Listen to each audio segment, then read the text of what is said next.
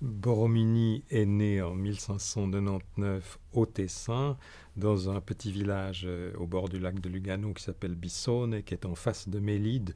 Et j'aime à dire que Mélide est le lieu de la Suisse miniature et Bissone est le lieu de la Suisse de la grandeur.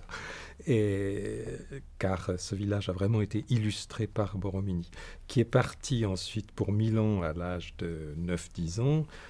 Il a travaillé là à l'œuvre du dôme, car le dôme de Milan, chef-d'œuvre gothique, n'était pas encore terminé, donc il a eu contact avec l'architecture gothique.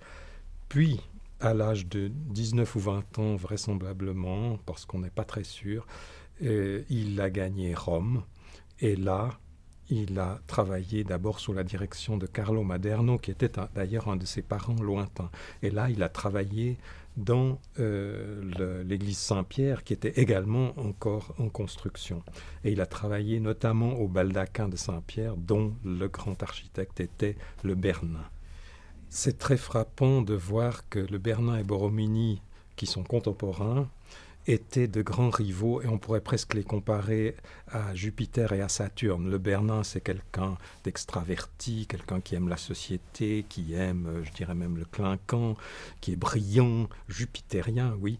Et en face, Borromini est un homme austère, solitaire, qui est renfermé, qui n'aime pas la société et qui, j'allais presque dire, vit dans son coin. Et ils ont toujours été rivaux, et même, on pourrait dire que le Bernin est l'homme des grandes constructions, des gigantesques constructions, comme Saint-Pierre, ou son baldaquin, ou la colonnade, et Borromini est l'homme d'œuvres beaucoup plus petites, et un de ses chefs-d'œuvre, San Carlino, tient même dans un des piliers de Saint-Pierre, on le dit toujours, mais la grandeur n'est pas seulement une question de dimension.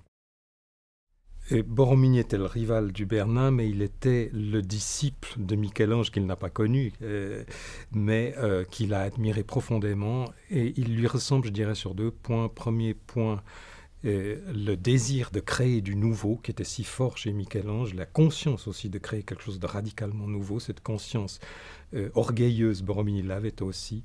Et l'autre point, je dirais, c'est par rapport au baroque qui est extraverti lui-même et qui est dans l'immanence, qui aime la beauté immédiate du monde.